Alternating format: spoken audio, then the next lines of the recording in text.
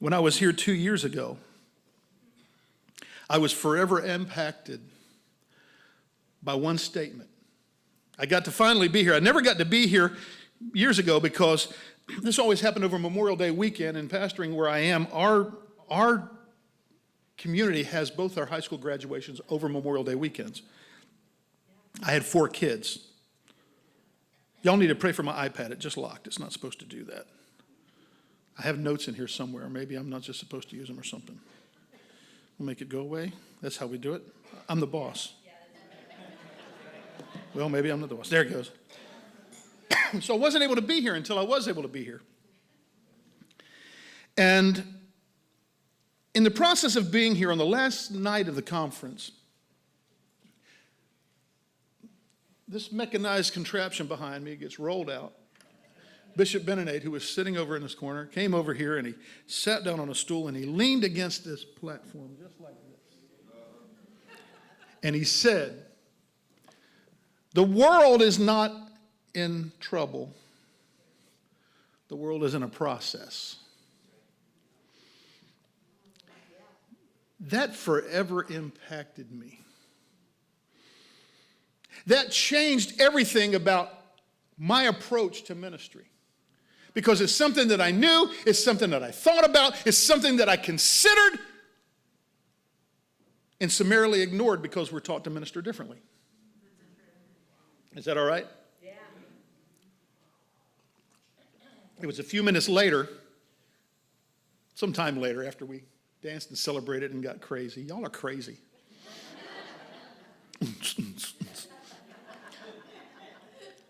That we were across the street over in the fellowship hall, and as I'm walking around the table, Bishop Benenate grabbed me by the arm and he looked at me and he began to challenge me. He said, "The thing that God has called you to do, the thing that God has told you to do, lean into it.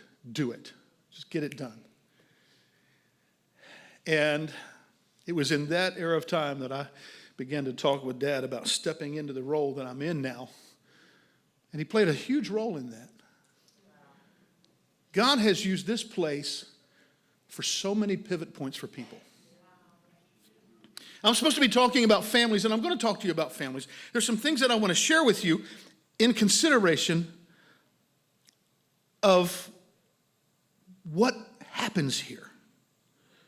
Because if you look around the room, how do you talk to this body of people about raising a standard for your family? Because I've watched your kids all day.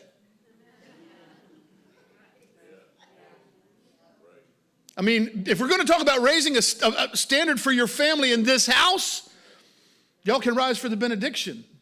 I think you got it. How many ministers here travel around the country? Hold your hand up. Keep your hand high. How many of you seen this in other places? No. There's something that is incredible here. Not only about the fact that God comes and God moves, but about the response of the people of all age groups. And what I love about it is that there's a generational drive. I have a friend, years ago I was traveling and I was ministering with I won't talk about who it was, but he was in South Africa and he was doing these missions in South Africa. And at the last minute, I didn't get to go, but my friend took his 13-year-old son with him to South Africa to minister this big, like 25,000 member conference. And when it was done, the thing that he promised his 13-year-old son, "It's your birthday," he says, "I'm going to take you on safari." And so while they were in South Africa, they got onto the little safari tour and they're riding around, and it was just these 2 guys in the truck from South Africa, and they're driving, and there was a photographer, and while they were driving along, all of a sudden, the young man noticed 3 lions. And the lions at first appeared to be playing like kittens. They were running and romping and tackling one another and jumping. And all of a sudden, when he noticed it, he said something, and the photographer went crazy.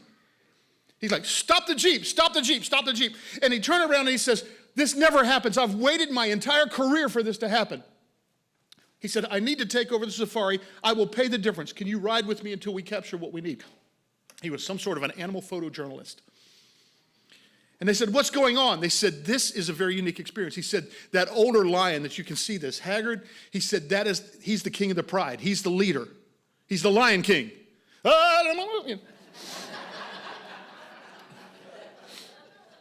He said the other two lions are the other male lions in the pride, and they're his sons. He's teaching them how to war. And my friend John was watching, and as he was doing this, he began to watch, and they weren't playing, they were attacking.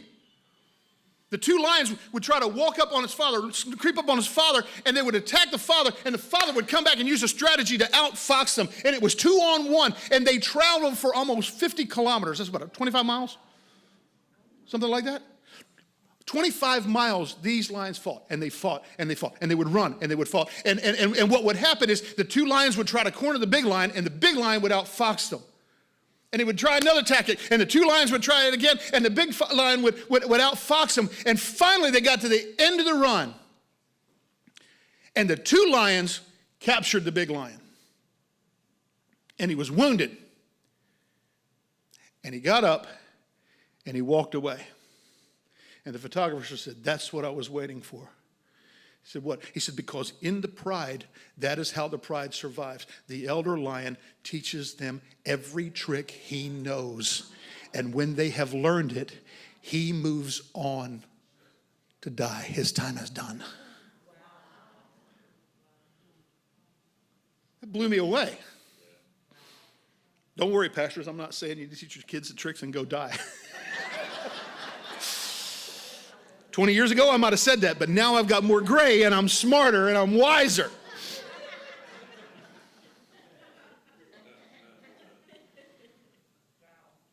But that old king lion was raising a standard. Because raising a standard isn't about simply raising a flag. It is about raising the bar. It is about teaching what we know to the generations we have so that they can see and know, so that they can continue on. Bishop Miller was here, and then we got Pastor Nancy Hudson. Thank God that they spent time arguing and learning the strategies. Hello? The text that we were given was Isaiah 49:22, and it reads like this. It says, "Thus saith the Lord God, behold, I will lift my hand in an oath to the nations, and set up my standard for the people. And they will bring your sons in their arms, and your daughters shall be carried on their shoulders." He said it. "Behold, I will lift my hand." This is God talking through the prophet. "Behold, I will lift my hand, and I will set up the standard for my people." We're in a conference where we're talking about us raising the standard. And as we're talking about us raising the standard, I'm all fired up. Yeah, we can do this. I can talk about how to do this. And they said, "This is your scripture." I'm like, God says he's going to raise the standard. Well, I thought we were going to raise the standard. Now he's raising the standard. Tell me what we're going to do here. I like it in the New Living Translation just because it puts it in English we can understand. It says, "This is what the sovereign Lord says. I will give a signal to the godless nations. They will carry your little sons back to you in their arms. They will bring your daughters on their shoulders." This was the word of the Lord to Isaiah, and he was talking to the Jewish people who had been decimated. They had kids that had been taken away. They had been fostered, killed, adopted out, ingrained into whatever culture they had been embedded in. And God's saying, "I have had enough." Kimberly, when I was praying for you, that's what I heard God say. That's not even in my notes. That's what I heard God say. I have had enough. And those words are not only going to echo from the heavens, they're going to echo from the hearts of those who are involved. Context is important. And I have heard this passage of Scripture taught before, and it had been taught by how we take care of our kids and what are we supposed to do. How do we take care of our kids? How do we raise a standard? We're going to raise a standard in this house. Context is important, because if you don't have context, you can make the Scripture read anything you want to read. What am I talking about? I'm talking about the guy that was sitting there and he didn't know what to do. And so he went and he opened his Bible and he says, "God, I'm just going to lay my hand on the Bible, and whatever it is you want me to do, bang, there it is." And he laid his hand on the Bible and he read the Scripture. It was Matthew 27. It said Judas went and hung himself. You're like, "Well, that can't be right." It was my left hand. I should have used my right hand. You see, that the right hand of God. Let me try again. Drop the Bible over. Dropped his right hand on it. Read it. Oh no. What? "Go therefore and do likewise." Context is important. We need to see the context on this passage. And we're going to get to that because I'm going to come back around full circle in an hour and 38 minutes. I'm almost done. But I want to look at the context of what it is when we talk about raising a standard for our kids and raising a standard for our families. Why? Because we are living in a societal generation that is doing exactly that for their children, but they're not doing it wittingly, they are doing it unwittingly. And we may be getting it right, but the people that are surrounding us, our neighbors, our friends, our coworkers, the people in our communities, they are setting a standard and setting a bar for their kids, but it is so low that the kids have to step over it just to go to school. And so we hear believers, and they talk about, well, that's not going to happen like that. We've made the declaration several times. As for me and my house, we will serve the Lord. I'm all down with that. As a matter of fact, a little bit further down in the notes, that scripture's in here. But this is the one that got me. Train up a child in the way he should go, and when he is old, you know this. Preaching to the choir. How about this one? Foolishness is bound. Rebellion is bound in the heart of the child. But see, Mom knew that. Mom like rod of correction. I don't know, my little eye just twitched right there when she said that. I'm not a blood relative, but I know. Kimmy's like, yes, amen, hallelujah. See, I had a problem because my daddy found the Holy Spirit during the David Wilkerson era. And David Wilkerson would tell the story about how he raised his child. That when it was time to punish his child and he had to put a belt to his child or put a rod to his child, he would declare the scriptures over it. My daddy got a hold of that. He had this belt that some leather belt had made. We were in Lancaster, Pennsylvania. They made one. And my dad's life verse is, seek first the kingdom of God and his righteousness. It was stamped all the way around that belt. And the way I knew that is because when my daddy got done with me, all I had to do was look in the mirror at my honey and I could read it. There was nothing more terrifying than the sound of a belt whistling through belt loops. Son, come here. Rebellion is bound in the heart of the child. Bam! The rod of correction will drive it far away. Bam! Train up a child in the way he should go. Bam, bam! And when he was old, he will not depart from it. Bam! You better get it right because I'm about to kill you.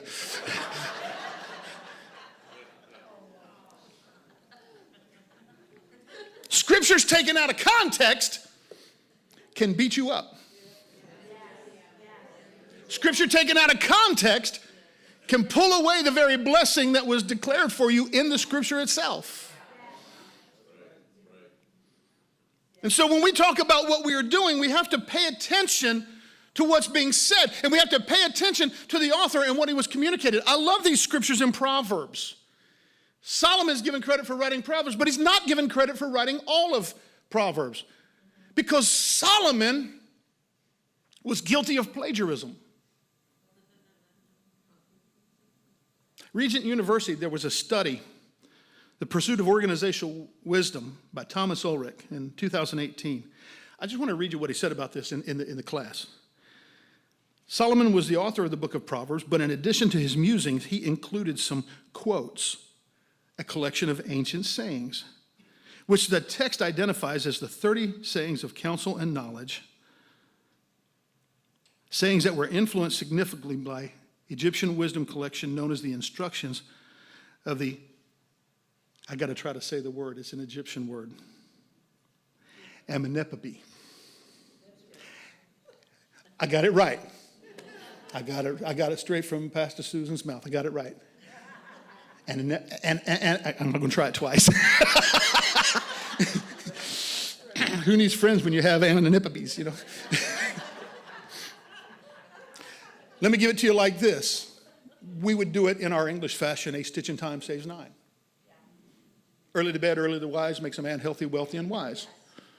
We'd declare the writings of Franklin. We would declare Aesop's fables. We'd do these things, and we would share these to our kids as little adages of wisdom. So the plagiarism wasn't blatant plagiarism, but in the Proverbs, as Solomon is writing, he is writing these musings as instruction to his children, specifically to a son. And while he's writing the things that are in his heart to write, he's coming back and he's looking at the wisdom of the day, and he's adding these things into the communication to help his son learn what is necessary to do right. He is raising the bar. He is raising a standard. Is this all right? I love these things because as they look at these writings centered on four major themes. The value of wisdom. Everybody say wisdom. Wisdom for dealing with people. Wisdom for dealing with injustice. Wisdom for dealing with temptation. The ancient text also produced an outline that demonstrated ancient wisdoms of organization. Say organization. Emphasis on organizational justice. Where's my lawyer friend? He's across the street, distributing organizational justice. Is this all right? Yeah. And inside this amenepope was also models of organizational spirituality. And Solomon was taking from these writings that he had learned. Organizational injustice included the need to employ wisdom to avoid strategies, even legal strategies, that took advantage of the poor or obtained generationally owned land against the current owner's will. Organizational spirituality consisted of three factors: conditions for community, meaningful purpose at work, and inner life. I love this because when you look at this, all of a sudden you realize that when Solomon is talking and he says something like, train up a child in the way he should go, and when he's old, he'll not depart from it. He wasn't just talking about teaching him the 10 Commandments. He was talking to him about how to handle people, about how to handle government, about how to handle business, about how to handle justice, about how to handle righteousness, about how to organize and be somebody that could govern properly the way a king's son should govern. And then he gets to Proverbs 31 and he talks about what kind of woman he should marry. Hello? Well, somebody does. You don't want a woman like that. You want a woman like this.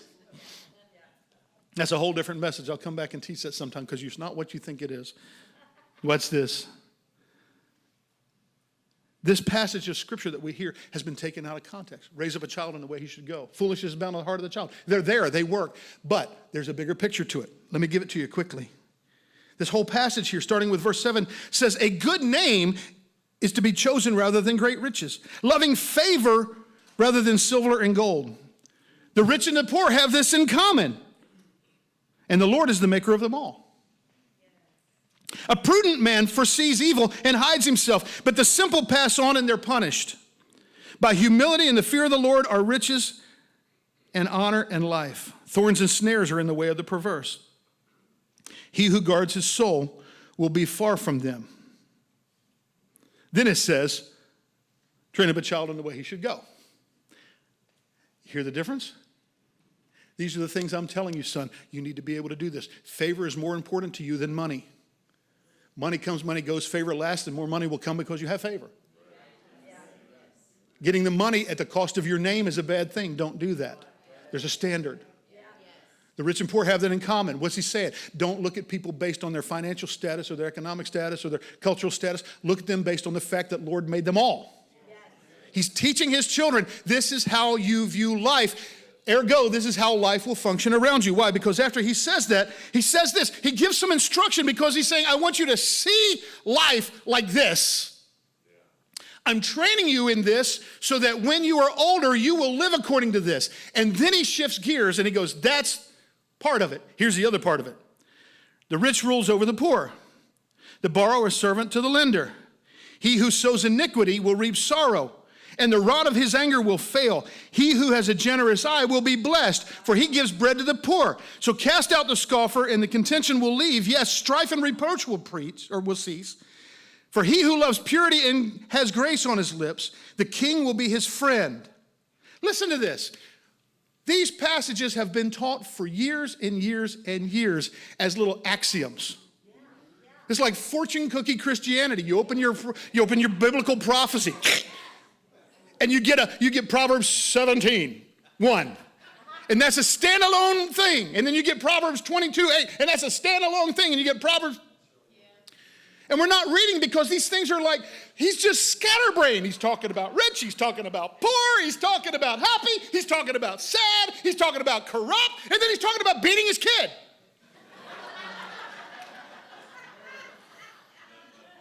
But he's not. He is giving a life lesson that says you need to develop this sort of a mentality. You need to develop this sort of a generosity. You need to develop this sort of a mindset in dealing with the people who are around you. And if you get a hold of this training, it will carry you through the ages.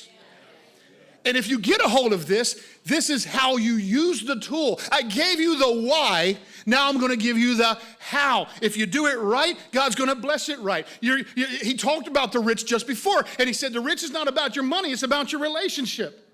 And he says, but the rich are going to rule over the poor. What does it mean? It means those of us who have relationship will have the impact on the people that do not have relationship. See, you made a statement right here. I built a store, and we built this store, and this store doesn't fit in Shippensburg, but we're going to make the store fit in Shippensburg. I disagree respectfully. Shippensburg's going to have to fit the store.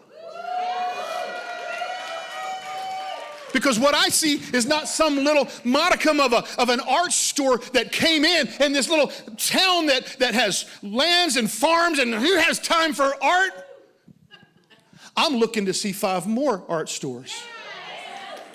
I'm looking to see the Chamber of Commerce coming to you saying, I don't know how we became an arts mecca, but here it comes. It all started with some crazy little woman pastor and her crazy friends that we thought was a cult. Blessed Lord. And then there were 1, and then there were 2, and then there were 4, and then there were 8, and then there were 5. And all of a sudden, the economy in the town can be completely changed. And if you don't believe me, look at the oldest flower shop in America. Am I right? They're not selling flowers every day, but they're selling life. They're sowing life. See, you thought I'm trying to fit into Shippensburg so we can touch them. You started the first toehold in taking Shippensburg, because that little stand is a standard. And look what you're doing. You're celebrating the poor. You're celebrating the starving artists. You're celebrating the starving artist. You're celebrating their gifts. You're celebrating their abilities. You're celebrating the stuff that they have. And you're celebrating what has been summarily ignored. The eyes of the Lord preserve knowledge. He keeps writing. He overthrows the words of the faithless. Listen to that. Solomon is still communicating to his son about the benefits of living according to how he just described. And he says, God will give power to the words you declare. But when the words of the faithless start talking against you, he shuts them up.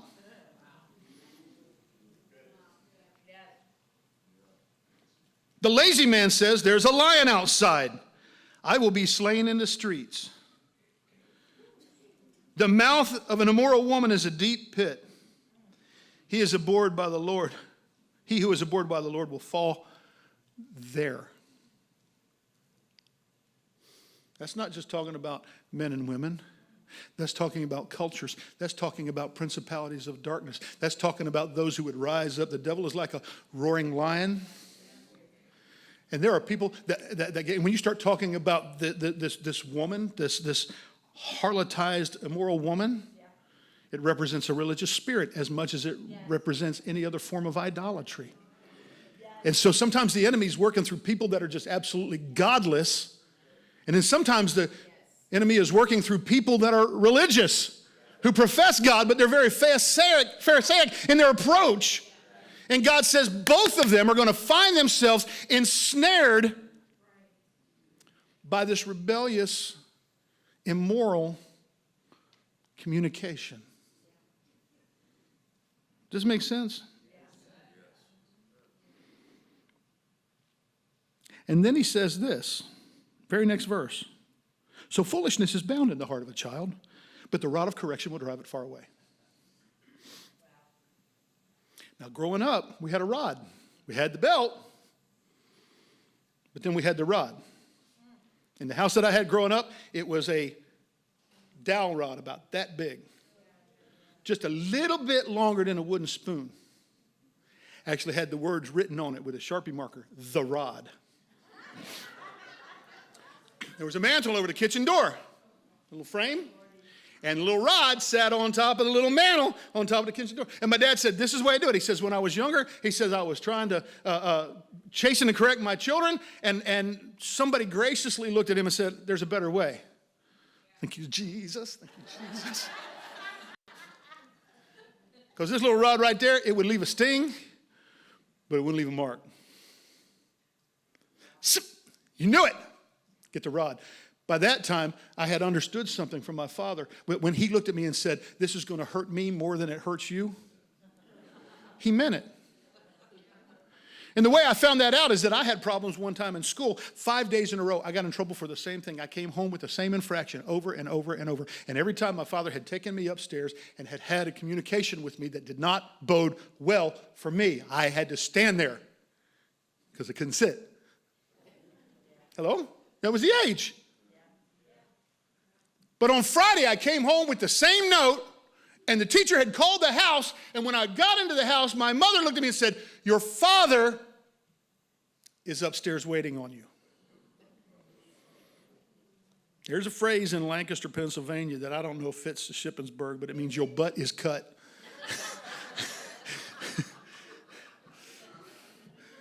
Something about a lawnmower, and there was a part of my body that was grass. And I got upstairs, and my father is sitting on the end of the bed, and he's got that belt in his hand. Not the rod, the belt. And he says to me, I've always told you this hurts me more than it does you. He said, I've obviously failed you as a father because I cannot get you to stop this infraction. What you're doing is wrong. I've tried to teach you better, but it obviously hasn't stuck. And I can't fault you for it not sticking, because if I'm not telling you correctly, it's not sticking, then that's on me. So today, son, I'm not going to punish you for what you did wrong. I'm going to take the punishment because I didn't teach you right. And he leaned down over the bed and handed me the belt and said, give me 10. Now, that was the hardest 10 licks I ever got. Because the first time I hit him, he said, that's not a lick. That one don't count.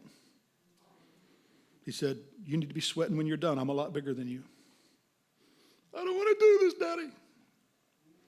Now, this is not politically correct in this climate. I get it.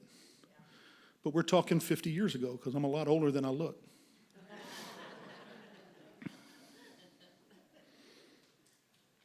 By the end of that 10 licks, I began to understand what my father said when he said, this hurts me more than it hurts you. Now listen, parents, if you ever go down that road, you have to choose your moments. Because 2 years later, when I was 15, give me that belt, old man. If you don't hit that in the right moment, it's a big thing. This is some tough stuff. But this is what happens when we take what's been taught and we push it out of context. My father came to me and repented later on. He says, you know, Bishop was talking about 7 generations of men who laid it on the line to serve God. It happened close to here. My grandfather pioneered over 20 churches. There was one in Towanda, Pennsylvania, where Brother Ambrose is from, and where the Estep's grandson and granddaughter live. And my grandfather was actually the pastor of Carlisle Baptist Church. Right there. Went to see it. I used to live right across from the firehouse. I loved it every day, every noon. I used to live for that. That was so cool. We'd stand out in the yard and howl like wolves.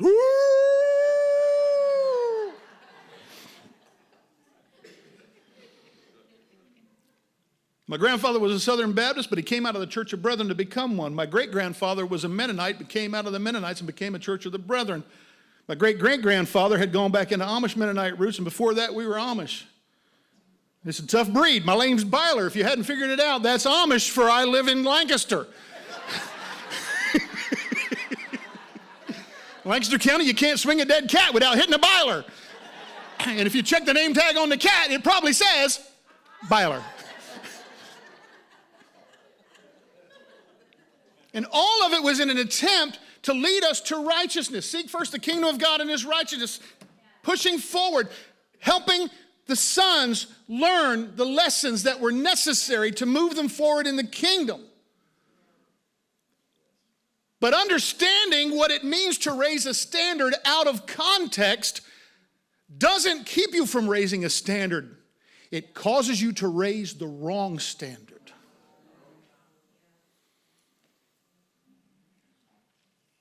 And I'm not talking about the physical punishment. My father came to me years later and says, I did that, it was wrong. Don't repeat that in your own kids. And he looked at me and he took the rod and he snapped it and he handed it to me. He said, this was not the rod God was talking about.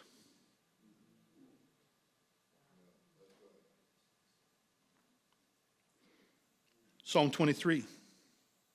Lord is my shepherd, I shall not want. We get to that verse that says, thy rod and thy staff, they comfort me. That's the only one I remembered out of Psalm 23 because that was on the list. Rebellion has been on the heart of the child. Bam! The rod of correction. Bam! Thy rod and thy staff, they'll comfort you. Bam! I don't feel so comforted. This is very uncomfortable. Thank you very much. But if you go back and you look at what David's writing, David is writing in the same vernacular that his son Solomon was writing in the Proverbs.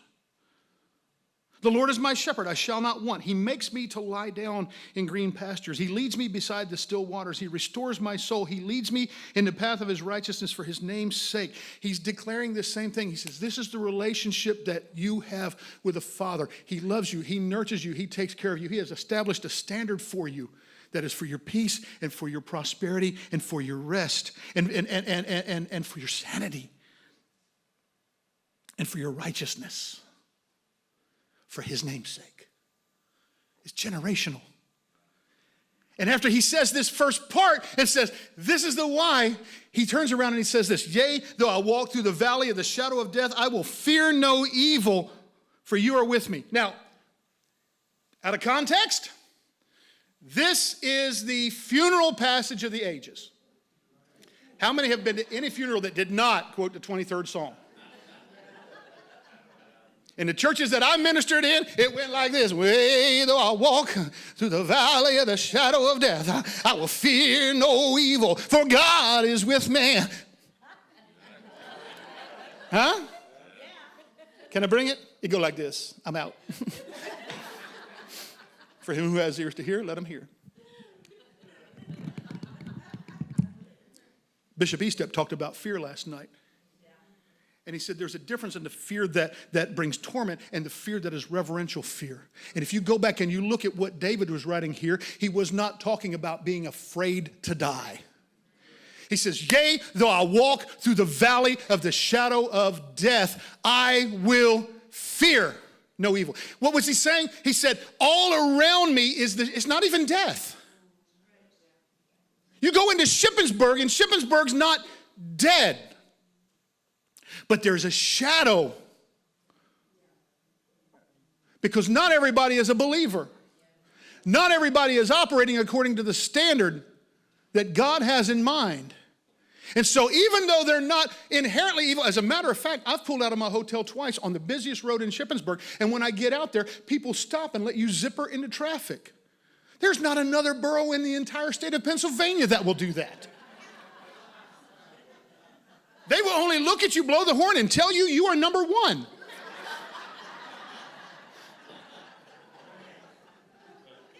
But I go pull out the driveway, and the guy just stops in the road. Come on out. Maybe it's because I'm driving a BMW. My lights were on. There's a caveat to that. I rented the car so I could get from here to there, and that was on Turo, and that's the car that I got. I had favor. I could have had an Altima, but God says for the same $47, you can drive a BMW today. And I said, I like BMWs. Be easier if I knew where the light switch was. Favor's better than money. $47, BMW. A good name was better to be had than riches. Is this all right?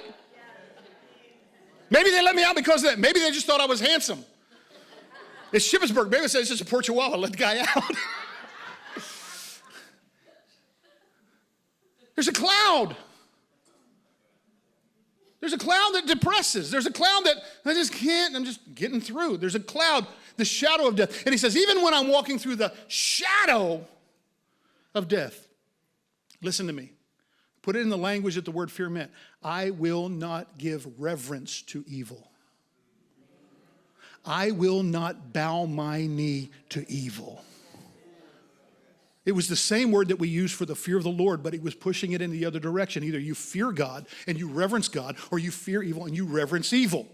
We have entire churches today that are shifting their entire vernacular because they are giving reverence to the evil that has kept them from saying what needs to be said, doing what needs to be done, declaring what needs to be declared, because they're afraid that if they do it and they don't do it in just the right way, there will not be a church anymore. There will be some kind of a gymnasium in the building. They're giving reverence to evil. David's writing, he says, no, your father is your shepherd. You're not going to want for anything. He makes you lie down in green pastures. He restores your soul. Hello? He leads you in the righteous paths for his glory, for his name's sake. I will not fear because you are with me. Your rod and staff, they comfort me. There it is. Your rod and staff, they comfort me. We're going to come back to that. Because here's what's tied to your rod and staff, they comfort me. You prepare a table before me in the presence of mine enemies. Or a store. Or an oasis. Hello? Or school. You anoint my head with oil. You mark me for the cause for which you've designed me, at the table of the enemies. And my cup runs over. Listen to this. Get this picture. God says it like this. I'm gonna open a place for you to sit where you don't even belong. And it's not the people are enemies. They're being driven by an enemy. So make the distinction here. I don't have enemies. Well, I do have enemies because some people have just decided they're going to be enemies with me no matter what. But they don't even realize they're being driven by some dark cloud that they've given reverence to that I don't give reverence to. And so the door opens, the table opens, and I'm sitting here, and God says, I'm going to give you a place to sit right at the table, and as you're sitting at the table, I'm going to anoint you, and as you're anointed, your cup's going to run over. They're going to be sitting at the table, and you're going to be boiling over like a kettle, and they're not even going to know what hit them, or why it hit them, or how it hit them. I live in a very volatile political community, and don't worry, I'm not going to get political on this. But as I'm in this political community, our state is a red state. Our county is cobalt blue. I register as an independent. And it's not because I give a hoot about the politics. It's because when I'm going to vote for the person who's doing the righteous thing, regardless of his political affiliation or her political affiliation. The funny part about it is that I have found myself being invited to, being prompted by the Holy Spirit to follow through and land at the table in places that I would have run screaming in the other direction. Our state representative contacted me and says, hey, I'm holding a meeting. Can you just come and be at the meeting? I said, really? You do know who I am? He goes, yeah, I know who you are. He says, I just want you at the meeting. He says, every time we talk, I'm challenged. I want you at the meeting. I get to the meeting, and I'm sitting at the chair right next to him at this meeting. And we start talking, and he says, I'm doing this every Saturday, every first Saturday of the month. Can you do this? 7 first Saturdays in a row. I'm attending this meeting, and attending this meeting, and attending this meeting. And on the 8th meeting, he stands up and he says, I'd like to invite everybody to celebrate because we just finished our charter and we are now officially the Liberty County, Georgia Democratic Black Caucus. And I'm sitting at the chair. There is no other circumstances under which I would have been invited in. Left, right, otherwise. But we live in a very racial community. But God said, sit there. And he anointed me. And right about the time everything starts getting amped up, my cup starts running over. And Representative Williams go, hang on a minute. Bishop, what do you think? Let me give you an example here. They were talking about housing. This is just an example. Again, politics aside, we're not doing politics. Don't worry. Okay, it's my first time here. They've got my car parked so far away, I cannot make a hasty getaway. I can't run. I can only hide. There's a lot of places to hide, but I can't hide for long. They were dealing with the fact that they were dealing with all this affordable housing and Section 8 housing, and they were trying to put this other Section 8 house in. Well, I'm also on the Planning Commission. I'm a chairman of the Planning Commission. And they're talking about all this, and he says, I don't understand why you're opposing this housing project. So what do you mean? I said, because it's Section 8. I said, I don't want another Section 8 house over there. He said, why? I said, because I want a Section 32 house over there. Because the difference in Section 8 and Section 32 are subtle differences.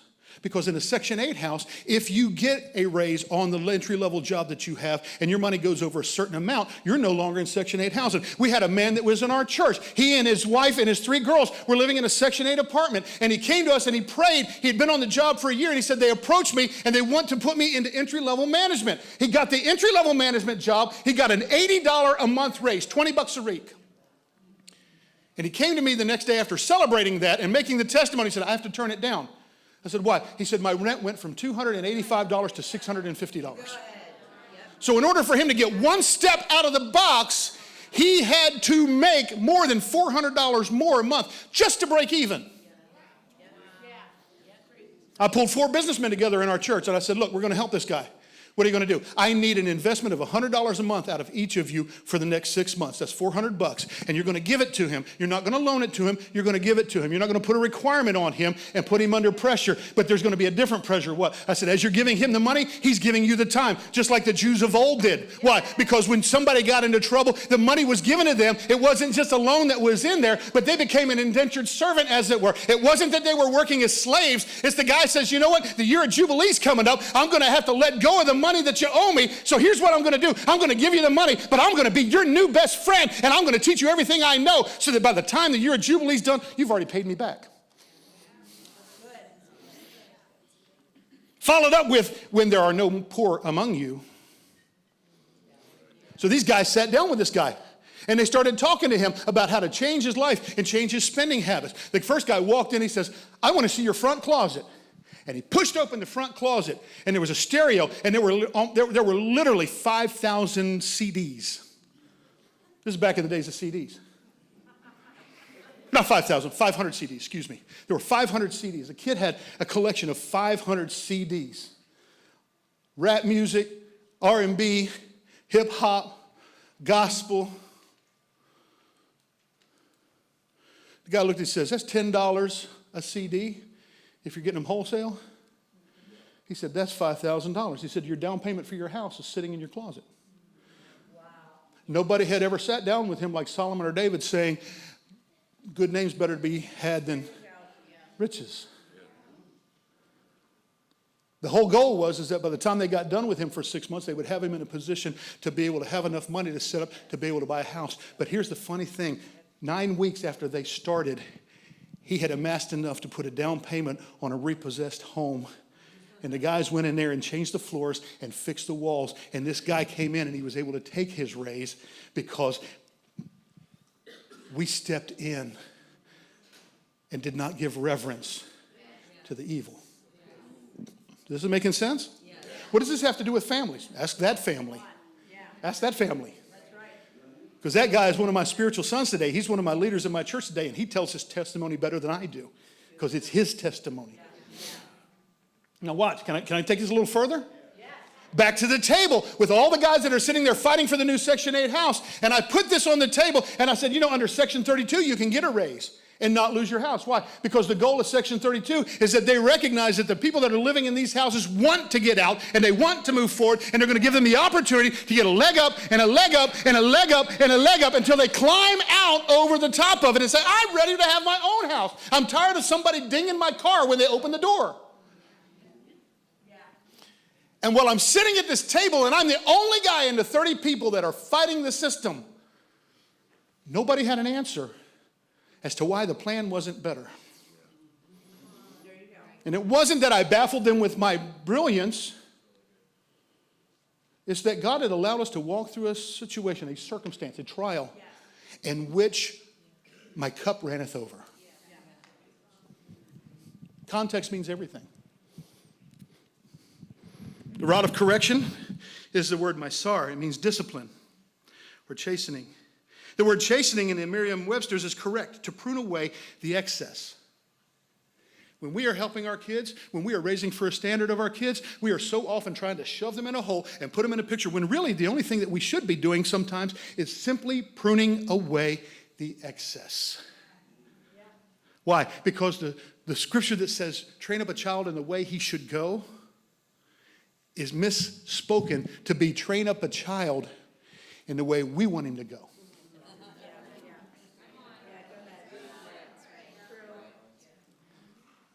See what I'm saying? I am the vine, you are the branches. If a man abide in me and I in him will bear much fruit. I am the vine, my Father is the vine dresser. Every branch that does not bear fruit, my Father prunes. We always make that people. John, you're not doing it right. Nice knowing you.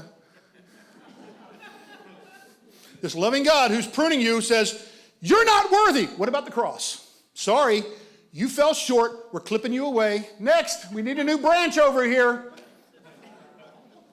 Or is it possible that what he's saying in that is that you are a good vine, but there are some things that have been allowed to grow with you. Your environment, your culture has caused you to twist in a way that's not going to be conducive to your growth. And that little part of you that's twisted and not able to produce the way it's supposed to be, I'm coming and I'm going to clip it.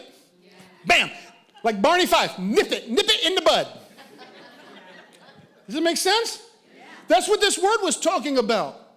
And this word, training up the child, is the same word that is used to talk about vine dressers. Now, we got gardeners out here. There's beautiful gardeners out here. But the fact of the matter is we grow all sorts of things. Corn grows, and it gets tall. It's as high as an elephant's eye. And there's stalks, and on the stalk there are ears. Beans grow along a runner in a line. Tomatoes grow in what do you call that? Some people call it a trellis, but it's a tomato basket or whatever. My mom always called them tomato baskets. Who is calling me? They know I'm working. I pay the bill. That phone's for my convenience. I hung it up. For him who has ears to hear, let him hear. The people calling you did not pay your phone bill. You have a right to say no. That's right. I had to make sure I had actually answered that, but.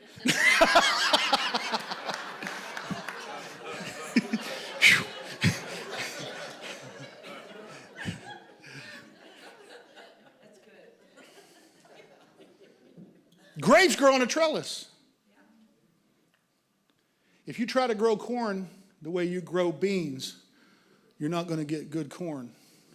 If you try to grow beans the way you grow corn, you're not going to have any beans.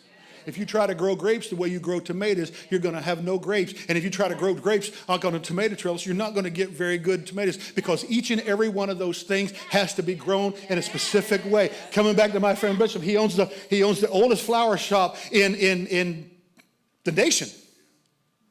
That's huge. He has so many flowers. He's incredibly gifted, and his staff is incredibly gifted at putting things together. But the fact of the matter is that they have to be mindful about what they get. They don't all come from the same place. They come from exotic places. Orchids have to be grown in a different environment than roses, and roses have to be grown in a different environment than carnations. And the fact of the matter is that if the vine dresser doesn't understand how each one of those items is supposed to be trained, he will not grow them according to their DNA. He will not grow them according to the plan that God had for them. And it is the same with our children. We get so caught up in the spirituality of I want my kids to serve God, I want my kids to serve God, I want my kids to serve God, that we put them all into the same serve God bucket and we try to get them to all serve God the same way, negating their talents, negating their abilities, negating their drives, negating their passions, negating their hearts. If we could come in and pay attention to who our kids are and pay attention to how we're working and pay attention to what is the true standard that we want to raise up in our kids, all of a sudden we begin to shift and say, I'm not going to try to make them fit the model that I have. I want to make sure that they fit the model that God has, that as long as they are moving forward on the things that he has gifted them to do, and they're doing it according to righteousness, and doing it according to his good pleasure, and doing it according to his good name, have at it, baby. Yes. Am I helping somebody this morning? Yes. You told me I had to do good, Mom, because you recommended me. Am I okay so far? All right. I have 35 minutes left to try.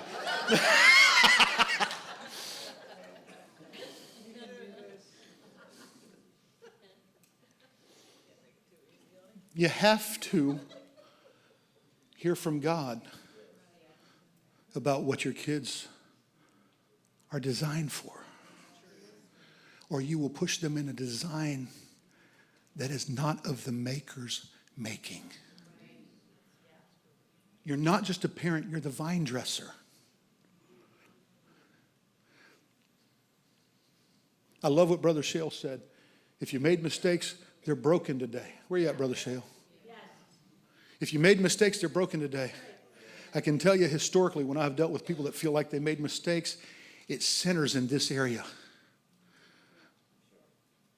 where I could never measure up to my parents because I could never do what they wanted me to do, the way they wanted me to do it. When I was licensed, my father that had raised me with the fear of the Lord came to my licensing. It was down in Johnson City, Tennessee at Richard and Teresa Hilton's church. And he stood with me. He says, I'm proud of you. You're going to go farther than I ever went. And on the day of my ordination, when he looked at me in my ordination, he said it like this. He said, I'm not ordaining you to bring you under me. He put his finger right on my face. He said, I gave you everything I got. I'm ordaining you because I'm expecting you to stand on my shoulders and go farther than I ever went. And then he looked at me and he said, God help you if you let me catch you because I'm still running.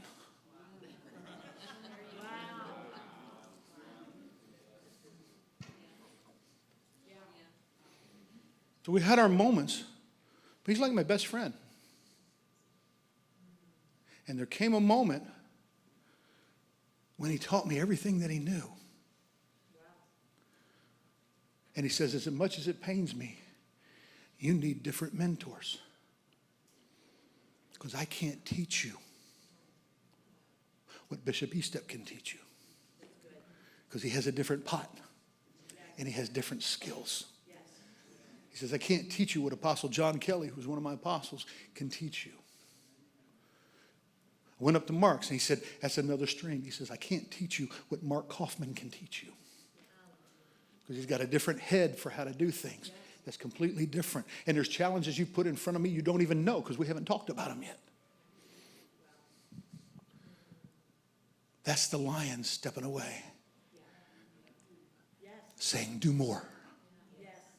That's raising a standard. That's raising a standard. It's tough. It's hard. You got time for one more? That was rhetorical. I'm going to give it to you anyway. I drove a long way.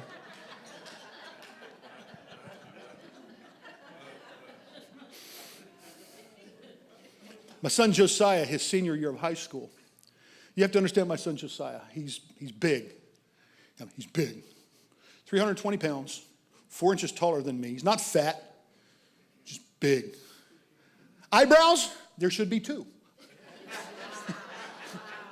He's big. Hello?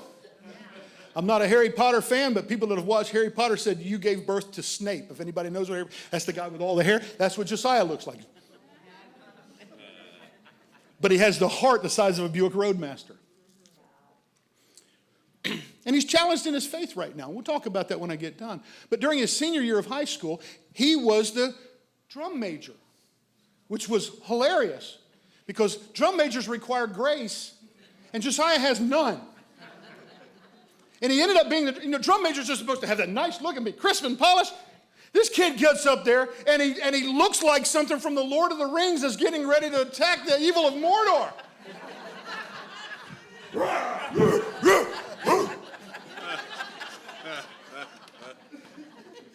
And I looked at the band director and said, have you lost your mind? He goes, no, this is going to be great. Wait till you see the song set.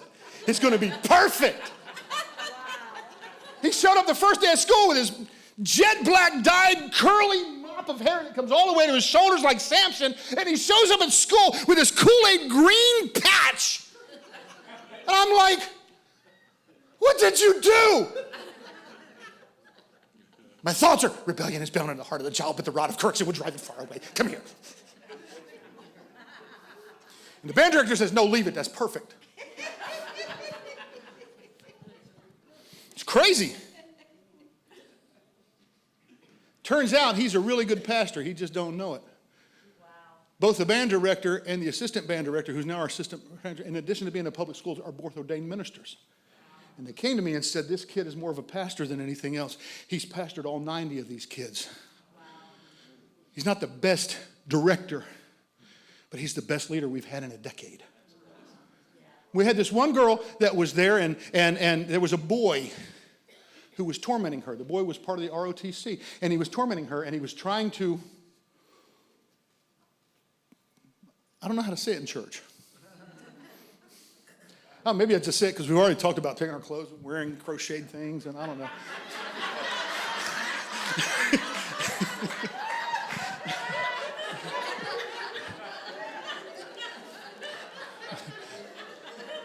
But he wanted to develop a certain level of intimate relationship with her. So we just leave it right there.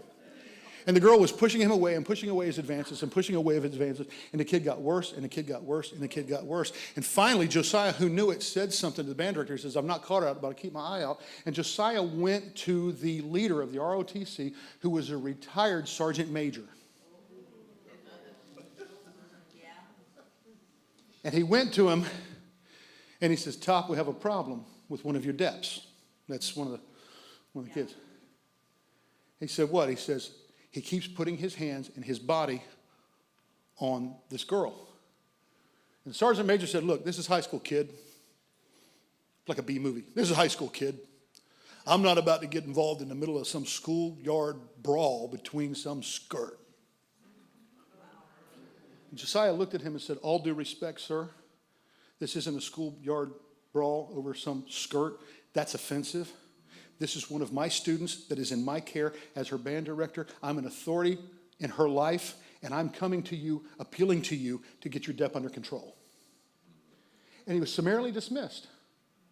That Friday night, the bandstand, all of the bleachers are up here. There's a wall, a chain link fence that's this high. No, this high. And a 8-foot drop from the bottom of that fence to the ground. And the drum major stand is on the outside of the fence. And my son's on the drum major stand, and he's looking like this up, and he's directing. And this girl's leaning up against the fence, and this young man comes through the chains into the area that was only for the band, and he walks up to her, and he gets behind her, and he puts his hands and links his hands into the chain links and leans into her. Josiah looked at him and said, leave. And the kid uttered a profanity at him. And my son stopped the music, took off his gauntlets, dropped them on the stand, jumped off a 6-foot platform and hit the ground with a thunderous boom, and removed his tunic. And he started walking around. And I saw him going. And I looked over at the ROTC leader and I said, you better intervene because he's too big for me to stop. And by the time Josiah got up to the bandstand, the ROTC leader stepped in and intervened. And he said, what's going on? He says, I told you, if you don't deal with him, I will deal with him. And the ROT leader said, what are you going to do? He says, I'm going to pick up, my son's not very Christian right now. He has no filter. He's bipolar. He identified which part of the body was going to go over the fence. But he walked up there with the intent of picking that kid up and throwing him over that 4-foot fence and dropping him another 8 feet, 12 feet to the ground. Now, that doesn't sound like a happy story. But here's the thing. This kid who was wrestling with his faith, one of the things that we taught him was justice. Justice matters to him. We taught him what justice, what righteousness and justice. And he said, I tried to handle this in a righteous way. I tried to follow your process of appeal. It was summarily ignored. We ended up in the office that Monday with the principal, the vice principal, the ROTC leader, the parents of the girl, the parents of the kid that was about to get himself tossed over the fence, the superintendent, the assistant superintendent, and the sheriff's department. With documentation to throw my son out of school. And they started talking about how all this went, how all this went, how all this went. And I finally said, you know what? You guys are all talking. You've not let the students talk at all. He said, well, he has nothing to say. I said, Josiah, do you have something to say? And they said, we don't need to. I said, you're not going to put him on trial here and not let him say his piece. Josiah looked at him and said, let me explain something to you. He said, I have been given a responsibility. I have been watching this happen. I have communicated it to staff. I've communicated it to leaders. I've marked what cameras it could be seen on. It's been summarily dismissed. It's been summarily ignored. I went to the ROTC leader. It was summarily ignored. And I told him if he did not handle it, I have to protect my student. He said, you have a school, and the policy in this school is supposed to be no bullying. He said, I want you to know something. This is my school, and as long as I am here, there will not be any bullying at Liberty County High School. And the whole room went silent. The superintendent looked at me and said, what do you have to say, Dad? I said, I think he said it pretty well. And in that moment, the kid confessed to what he did. And it was done. Because when you train up a child in the way they should go, I'm not saying it was the right thing for him to throw the person off the balcony, but I know a number of these pastors in here that would have taken almost exactly the same stance if it had been their daughter. Hoorah.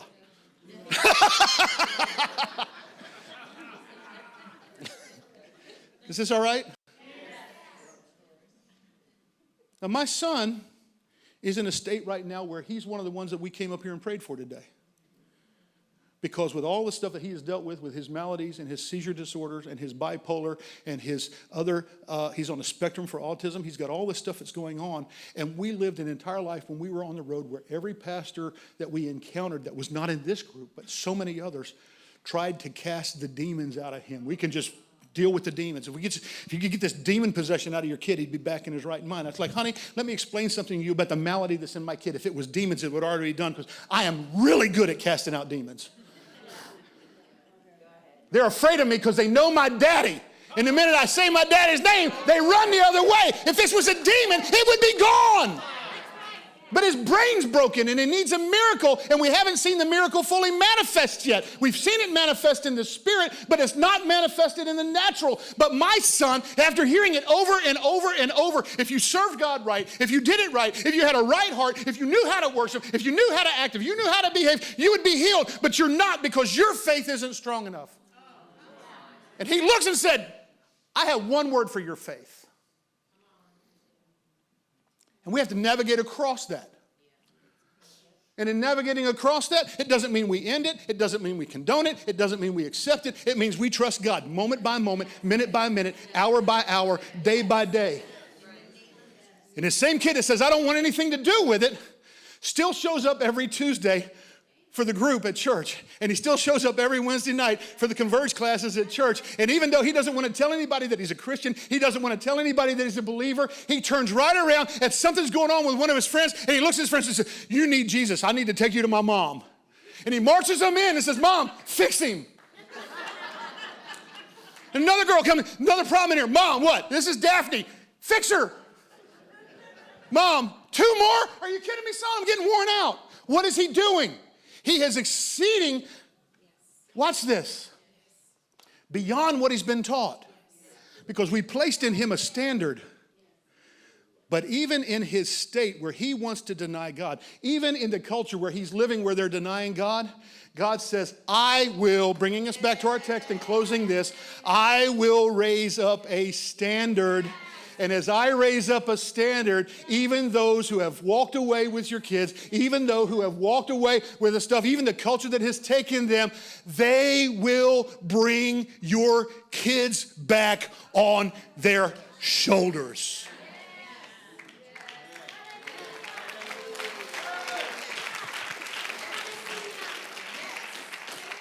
That high school year, my son brought 11 people to church. He wouldn't go to church. Not without us beating him into it, and he would sit there sullen, but he brought 11 people to church that needed Jesus, and they got saved. The school called us back and said, we've had 4 more incidences like the one that your son did. We don't know what to do. Can you come here, sit down at our table, and navigate with us how to do it?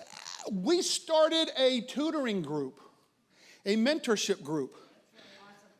And the county school worked to help us get the licensing for the individual and started hand feeding us the kids that they could not deal with. God set the standard because we had chosen to set a standard. When we set the standard that we were supposed to live with our kids, God said, now I will set a standard, and even kids that you didn't know you had will be brought to you on the shoulders of the very ones who have been fighting you. Now, I don't know about you, but when you're in church and a county school comes up and says, this kid needs to go to church, let's call Pastor Byler. That's a pretty good call.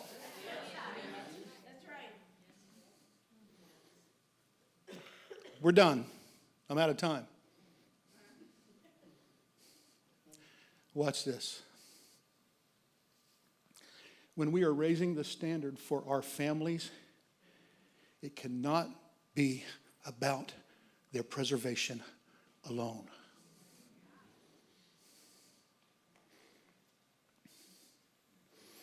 Because it doesn't matter how well you preserve something. Sooner or later, it will not survive.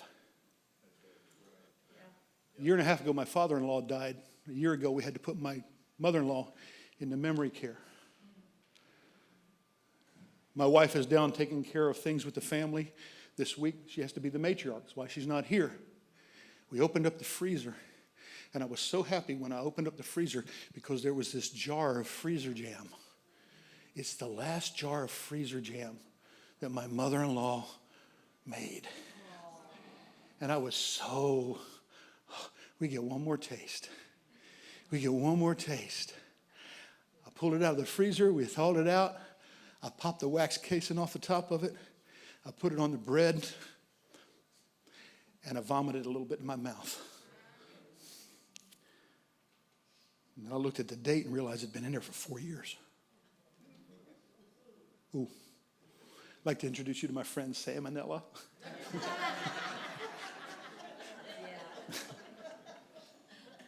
She was a master preservationist. But it doesn't matter how long you preserve something. If you cannot move it into its purpose, there will come a moment when the preservation will not be enough. That's right. And it'll fall away. That's right. You want to set a standard for your family. You have to set a standard that will allow them to functionally enter the future. Are you ready? That God will privilege them to write.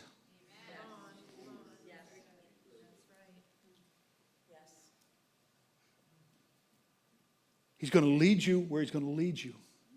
And every one of you have lives where you made decisions and you followed the leading of the Lord. But you also had to live with the fact that God gave you decisions that you had to make along the way. How are you going to do it? What are you going to drive to get there? Where are you going to live while you do it? You had to follow the leading of it. But the fact of the matter, God told you pastor a church. But he let you decide to put windows back in the building. There's some people that would look at that and go, wait a minute, Bishop said put the windows away. Did you miss God or did she miss God? Or was it the fact that God said, well, now you're leading, you get to do it the way you want to do it? Doesn't even have to be a big spiritual thing. Hello? If we could give that ability to our children in a righteous way, with a righteous intent, with a righteous foundation, we're establishing a standard that as they move into the world, those who they touch and impact will send their kids running. Years and years ago, Mom and Dad Eastep, they allowed for a freedom in their church with these kids that we didn't have. Our church was, the Lord is in his holy temple, let all the earth keep silent. And we had dancing in our church, but we were charismatics. Charismatics. And so our dancing was not even spiritual because we danced with our eyes open. The Pentecostals, you dance with your eyes closed. If you dance with your eyes open, you're not spiritual. But we danced with our eyes open, and our dance went like this. La la la la la la la la la la la. La la la la. It feels like a big lie. La la la la.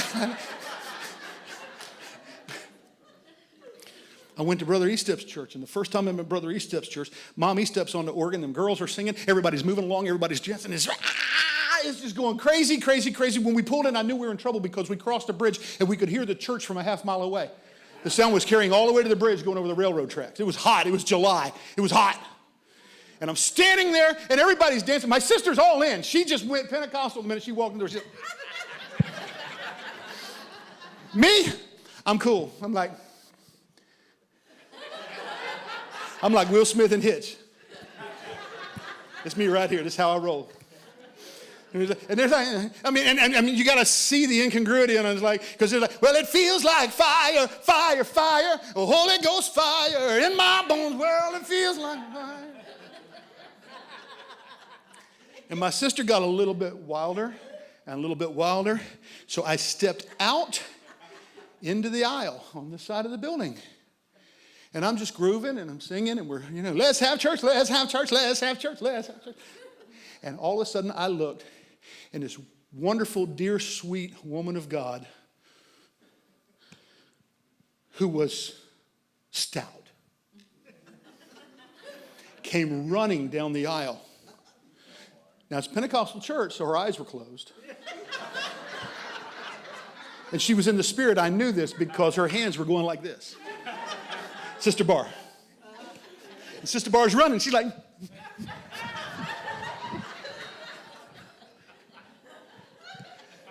and I look, and she's coming at me, and she's not stopping.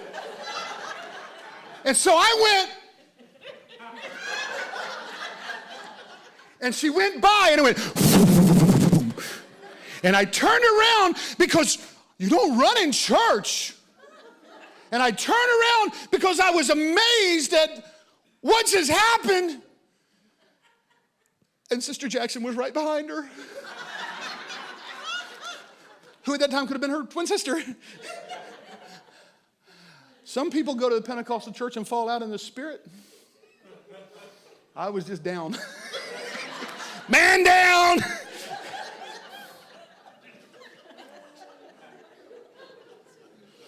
I came back home, and in the church the next Sunday morning, I'm playing, and we've got all our little Hosanna integrity music, and Maranatha music, and our God reigns, and our God reigns, and I'm on the gear, and all of a sudden in the background, I just threw a little, wow, our God reigns, wow! My dad looked at me and said, what are you doing?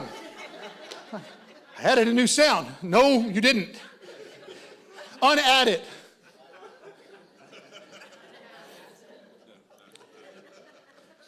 But that night when I said, hey, Dad, I think I'm going to go over to East Steps. He's like, be home by 11. And he let us step away, not to step away. He let us step beyond because he saw where we were stepping. And on the day that I was consecrated as a bishop, my father celebrated it. He was given the opportunity to come and join and be part of the Holy Convocation. And he said to me, that is a facet of your life that reached beyond my shoulders. Let that father do his job. That takes a big man. That's raising a standard.